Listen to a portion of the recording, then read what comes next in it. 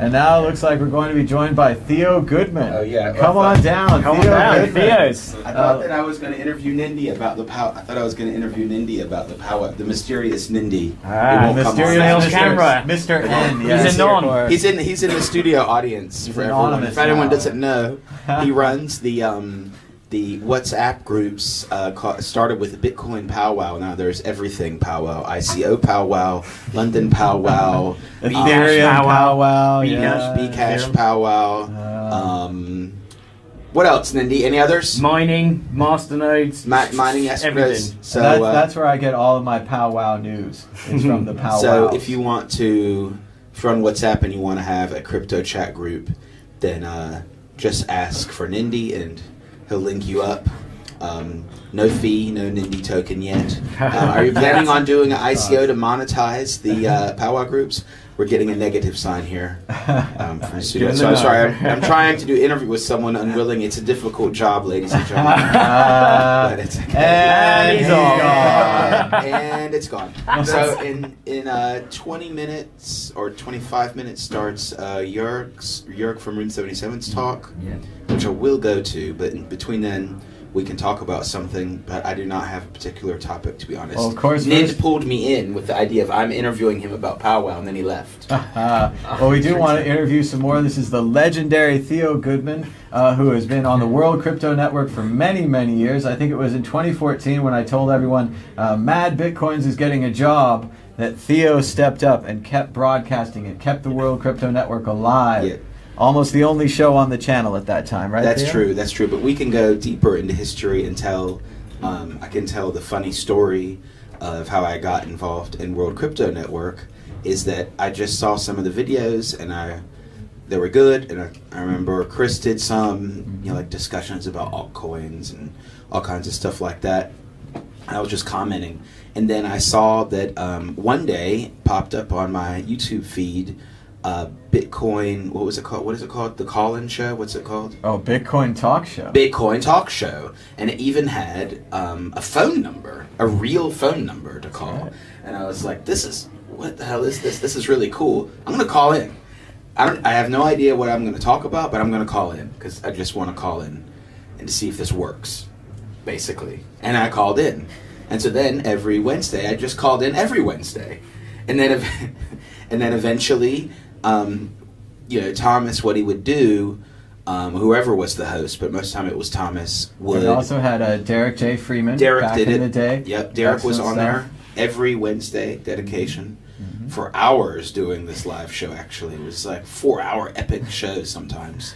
And so what he would do is then some of the regulars would get like a hangout link so they could just be in the hangout. So it wasn't just one host doing calls, it was like a few people kind of being, co-hosts too. And then people still would call in. So that's how it would work. And it was just a live flowing show. And sometimes if Thomas didn't have anyone calling, he would just do Photoshop and share the screen. Be like, I'm working on a logo, guys. Here we go. And you can still see all these old shows if you go back. Actually, you should make a playlist historical World Crypto Network videos, greatest hits, and bloopers or something we do, and we've talked about the archive, and we really do have a lot of videos we think we could go back and edit and tag and make playlists for.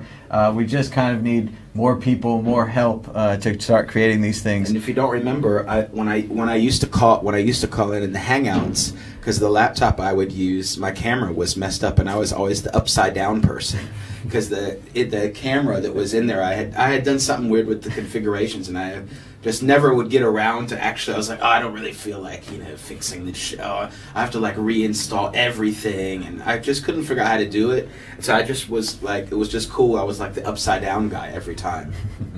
And if you want to learn more about Bitcoin and what this technology is about, well, you could go to a university, maybe the University of Nicosia, where Andreas Antonopoulos is teaching. That's actually a course that I can personally recommend. But what you can also do is listen to podcasts and listen to YouTube shows. So there is an archive at the World Crypto Network with 1,800 shows. That's right. That's months and months and months worth of content, even at 2x speed. And we're quite a lot against 2x here, right? So no 2x. No 2x. So maybe you can listen to it at 1.75x that would still be acceptable. But even at that accelerated speed, lots of content. And if you want to do these studies, if you want to go through, it would be nice if, for example, you just timestamp it. If you see some content, like 5 to 10 minutes that is nice, just cut it out, upload it again, or send us that bit so we can upload it on the WCN again. Yeah, it will be amazing to interact more with the community so that you can do your own research and you can get educated, and we can all participate in your learning experience by getting these little snippets and getting these little 5 to 10 minute rants, as similar to how Joe Rogan is doing it, right? There are a couple users who are just taking out a couple minutes of the 2-hour-long show, a 4-hour-long show, so that people see, okay, this is kind of like a little teaser. So that will be something that you could do. We have, for example, Jeremy, I think he is in the chat, I think I've seen him already, yep, who's doing all the timestamps, which is amazing work. So thank you very much, Jeremy, for doing that, and keep it up.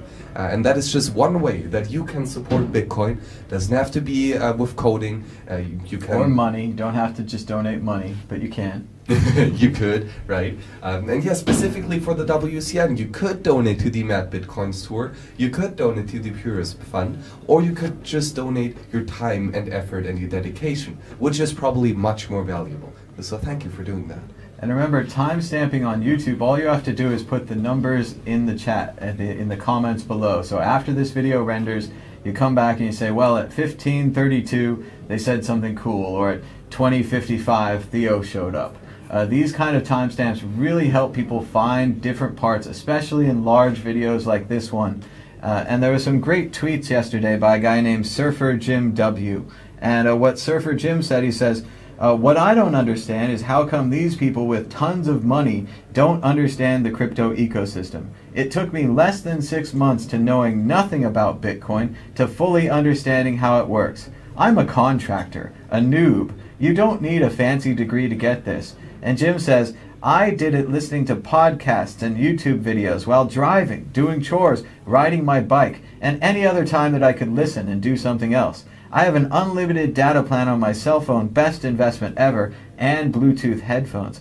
He says, I've gotten a free college education in my spare time. If I was getting paid full-time to gather this information on behalf of my family office, I would have had all the data I needed to make an informed investment decision for my team in less than 6 months. And Jim goes on to tag many of the YouTubers that we've worked with, people like Max, myself, Andreas Antonopoulos, and others who have contributed to his free education right here on YouTube. So even if you're just starting today, maybe this is your first video, there are many more you can go back to watch on this and many other great YouTube channels.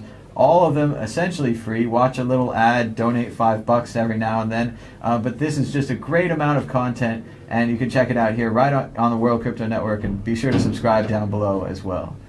Yeah, so I think that I have a few minutes before the next talk that I urgently need to go to. But I thought we could just do an impromptu the Bitcoin group. I'm the host. Hi, I'm your host, Theo Goodman of the Bitcoin group, a European original, the sharpest satoshis, the biggest scams, and the biggest pumps and dumps in the world. And today, with our first question, the B Foundation. What are your thoughts on the newly formed B Foundation? Crypto Raptor. Well, I mean, Bitcoin's kind of working pretty well decentralized. It does seem odd to create some sort of centralization, but also at the same time, there are certain external factors that, like the whole Bitcoin Cash situation and how they've kind of, I wouldn't say hijacked Bitcoin, but they're trying to kind of make a very cloudy distinction between the two, so it's difficult for people to determine which one's which, especially if they're noobs. And so I think that in a way the Bitcoin Foundation could be helpful because it's kind of fighting that fight, but at the same time it goes against the principles of decentralization. So, Trust, not verify, right? Yes, yeah. Don't trust, verify. Don't trust, exactly. verify. Yeah, get that mixed up. Okay, Mad Bitcoins. What's your opinion on the B Group or the B Foundation? Excuse me. Well, I've got a mic. Oh. But Mad Bitcoins is 1,000 years old. So I remember the first Bitcoin Foundation. And they had many of the same ideas. They were taking in money from corporations. They were taking in money from individuals. They had fantastic gentlemen like Mark Karpelis, and he's a good guy, but Charlie Shrem as well, on the board of the foundation. Later, both bankrupt companies, some jail problems, that kind of thing. And I also remember the size of the fire that they created. They burned about 5,000 Bitcoins, traveling to conferences first class, staying in 4-star hotels, and then attending those conferences. So the fire was really big. It was like the size of the Great Pyramids. You could see it from space. And I think this new foundation, it sounds very, very similar. It sounds like they want to be the place to go for the Bitcoin media. I'll have all the media contact them. They want to be the place to go for the developers. And once you're paying 100 developers, well, you may as well direct them where to go. And it just seems like more centralization for Bitcoin. They've given us a lot of trust us. We'll do good things with the money. And I'm just not sure about that. Remembering the last Bitcoin Foundation and remembering how centralized and how big the fire was. They burned over 5,000 Bitcoins in the last Bitcoin Foundation. I don't know how many they'll burn in the new one, but we'll just have to wait and see. Yeah, that fire is sometimes referred to as the Hookers and Blow Fund. What do you think about the B Foundation? Well, I think that's what the B stands for in the B Foundation. There we go. Yes, yes. Yeah. Blackjack and hookers, Yeah. exactly. Well, okay, so there is a huge problem in Bitcoin, and that is the funding of good open source development. That is something that a lot of these ventures are struggling with hard. Because, well, you know, open source means libre, it means free, it means oftentimes gratis. And that means you do not have to pay for it. And that is just, like the WCN, it's tough to fund that and to raise enough funds to keep everything going, right? We're struggling here as well, and you know, there are a lot of other projects that do as well. So the goal of fundraising for these projects is a worthy goal. However, do we need a centralized entity to manage these funds? Well, you know, there's this cool thing, it's called Bitcoin. It is an electronic peer-to-peer cash system. So why not just put up a QR code of all the developers directly to their private key, maybe even a Mistos multisig, and show them that you can fundraise directly peer-to-peer. You just need the people donating to it. So I'm all for having a kind of marketing department that just gathers up all these individual peer-to-peer fundraising Bitcoin addresses from these developers, and then just show links to people. If you want to donate to these projects, here are lists of all these transactions. I think that would go a long way, and honestly, we do not need a centralized foundation for that. And maybe further, there are already foundations like this. The BHB network is one, the Bitcoin Swiss Association is one, and there are many others, right? So there are companies like Blockstream who are funding open source development. They just don't make too big of a fuss about it. So yeah, I am skeptical, but I do see the problem that they are trying to solve. Now the people in the chat are saying, what if they change the name of the B Foundation? Does that make it all better? It doesn't necessarily make it better. It's just that a lot of people are going to get triggered by the word foundation. I mean, if they did it the C Foundation, actually it should be the S Foundation, the Scam Foundation. That would be good. Yeah, I think that the foundation is just, that's going to trigger a lot of people. It doesn't really change it. I have not gone into like all of the documents of the new B Foundation, whatever documents they have yet. You have to read the white paper, man. Yeah. You got to get it in early on the ICO. You got to get those tokens, man. The white Pepe is not out yet, so I will dive in when it's out. Deep dive. But I don't have a big problem with it existing, because, like you said, like anyone can make a foundation or a lobby group, and that's fine. So that's also the nature of like open source projects. So, I mean, yeah, sure, the group itself is centralized. Now, sure, if one of them is trying to say, oh, we are like the leaders of Bitcoin, I think that's probably the debate. and everyone will have to decide for themselves, I guess. But you know, everyone follows whoever they follow out of free choice anyway, so whoever they believe. So I don't have a huge problem with it. That being said, I'm sure they learned from the mistakes of the first Bitcoin Foundation. We'll see. How can you tell? Also, the issue of, well, we can't so early now, but because most of them were around then. They only exit scam at the end. Remember, Sheep Marketplace had fantastic customer service right up until the weekend when they took all the money. Yeah, that's an interesting thing that everyone should check. We should all check is like, okay, the people involved in that have membership in the high positions in the B Foundation, let's say. You mean like cardinals and bishops and popes? No, yeah, but if the funding, is it a conflict of interest somehow to have a high position in there and then have your company that's like getting grants for doing Bitcoin work? You see what I mean? Like you could get some really weird flows going on. And so now, what, Thomas, I forgot, what do you call, closing question. Exit question. Are all things not Bitcoin a scam? I've got to say no. I've got to say no. But there's a quote that from a friend of mine, Nick Gregory, and he says that just because of the fact that people don't think it's a scam, they're committing a scam. It's still a scam. Yeah.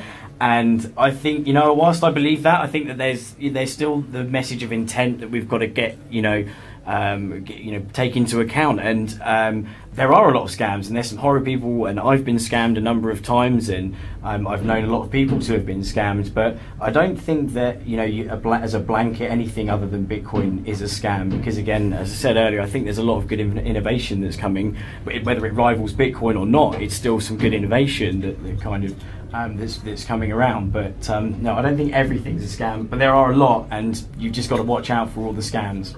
And let's be honest, there's shitcoins definitely attract a lot more scams than Bitcoin, I think. Mad Bitcoins. Yes. Yeah, that's good. That was good. That was in good. Structure, Thomas. Because Thomas, a lot of times will say, "Exit question. There's only two options: yes or no." Okay. No, because there can be ways of innovating without stealing, and I would describe a scam as someone who is stealing money from you or any other goods.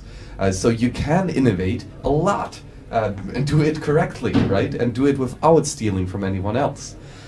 But to say though, I've not seen many of these innovative projects actually doing innovative stuff. Because, well, dentist records on a blockchain is not that cool, right? So all the innovation that I care about is innovation in sound money, and that is Bitcoin. And I've not seen any other project that doesn't come even close on being a better, more sound and more hard currency than Bitcoin. And one time they interviewed this famous bank robber, and they said, "Why do you rob banks?" And he said, "That's where the money is." No, I would say no, and anything that I'm holding is not a scam, pretty much. So there it is. Check Theo's bags first. Yeah, it's probably full of frogs. There we go. Yeah. So yeah. I mean, I don't. Yeah, really. I mean, come on. Yeah, like Litecoin. That's alliteration. Litecoin, Monero, Gryffindor. and why? And if everything is a scam besides Bitcoin, well then, how is it? Is it a spectrum, or is it, binary? Scam, no scam, or is it? Well, it has scam elements, or it attracts scammers, but the project itself is not a scam. So there's different things. It's mostly about, big promises that there's no way they're going to be ever filled, or they're just, really bold claims that are just full of shit, is what happens a lot of times in the so-called scams. So, okay, now we need a new topic. We're going to spin the imaginary wheel while I think of one. Okay, here we go. The bug. Lately, there was a Bitcoin bug in the system, and it was going to cause major inflation and potentially destroy the value of all Bitcoins. Suddenly, developers came to the rescue and found a solution to the dreaded bug. But from what I understand, the developer was one in Bitcoin Cash that originally helped to solve the problem, because the vulnerability was also in Bitcoin Cash. Question: should Bitcoiners be nicer to Bitcoin Cash now that they've helped solve the bug problem? Well, in terms of collaboration, you know, we're all fighting the same cause. Whether it's Bitcoin Cash or I've got to be politically correct, whether it's Bcash, Bitcoin Cash, or Bitcoin, we're all fighting the same cause, which is essentially improving the monetary system that currently exists and kind of shifting that wealth a little from the huge players that are controlling the banking system. And so we are fighting the same cause, and I think this collaboration is really good. You know, it's bad for the community when anyone gets scammed or anyone gets hacked. It's not good. So I think we should all just work together. Remember that we're all fighting the same cause, and be slightly nicer. And also, from an outsider's perspective, they don't really know what the difference is between Bitcoin and Bitcoin Cash until they sort of start to learn a bit more. And start losing money. So all they see is just this infighting between and this kind of tribalism. And it's not so good. But yeah, at the end of the day, we believe very much in our shit coins or our Bitcoins, and so we're very, very protective. But ultimately, let's fight it together. I just want to remind everyone there was a similarly large bug in Bcash that was fixed by a Bitcoin developer. So I think this is a good example of programmers working together, even on different projects. One hand washes the other. If you find a bug in software, the right thing to do is to tell the coders so they can fix it. The wrong thing to do is to execute on it and to steal everyone's money. The Bitcoin developer did the right thing. The Bcash developer did the right thing. We can all work together, especially on security. And I did hear that this bug was successfully executed in Pigeon Coin. So if you're holding a lot of Pigeon Coin, you might have to wait a long time for that shit to be valuable. And it probably started out as bird shit anyway. So. It's just hard to speak after that. I mean, come on. Well, first of all, it was a critical bug that was only working in tangent with a couple other bugs. So first of all, this was an edge case, and it just proves how damn careful we have to be with these decentralized consensus systems, because anything and everything could go wrong, and code review is vitally important. So I think this was a good shake-up and wake-up to the Bitcoin core developers to be even more careful and do even more code reviews. And then with the collaboration, with the disclosure process, yes, it was found by a Bcash developer. And he disclosed it anonymously and in a good manner to all these Bitcoin core developers. And then later, a couple Bitcoin core developers independently found the bug themselves. So it was not just him. And of course, we are all responsible for this bug, because we are hopefully all running a Bitcoin full node, and we are hopefully compiling it from source. So we should have caught that earlier. It's been in there since version 0.14. So this has been in the software for a long time, and we all did not recognize this. We all let it slip under our radar. I'm sorry. Yeah, you should. Your fault, Dan. Your fault. Well, but that's just, hammers home the point that this is our software, and we need to take care of it. And when we find such a bug, not if, but when, because there will be many more bugs to come, we need to take care of them in a thoughtful and disclosive manner. And I do like the approach that they took to first shake everyone up with the denial of service bug. That, by the way, did happen on Bitcoin testnet, as there was a valid proof of work in a block with a double spend inside, which crashed all the nodes that got that transaction on testnet. So this was something that could have happened on mainnet just as fine, right? But there was no inflation bug yet on testnet. And there is the economics incentives are against exploiting that bug, because you need to invest a lot of electricity and hashing power to finding valid proof of work with the double spend in there. And the chances of success are rather slim compared to the immense costs that you have to incur. So I'm quite comfortable that this bug has already been fixed now, and that it will not be exploited. And we do have a fundraiser update. We had another donation. of 0.0015. Thank you so much for your support. And we now are 74.48% towards our goal of 0.3 Bitcoin. You can donate right now. You could buy the entire fundraiser with less than 0.08 Bitcoin, and we won't talk about it for the rest of the day. Donate now. Thank you. Final word. Force prediction. Will the price of Bitcoin be above 6,500 in 1 week or below? Short answer, please. Above. Above. Above for my individual preference, but I have no clue what all you other guys are doing. So I can say above for me, no clue what you're doing. 6,499.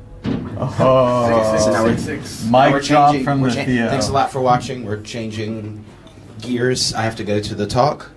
All right, thank you so much, Theo, for joining us, and enjoy the talk.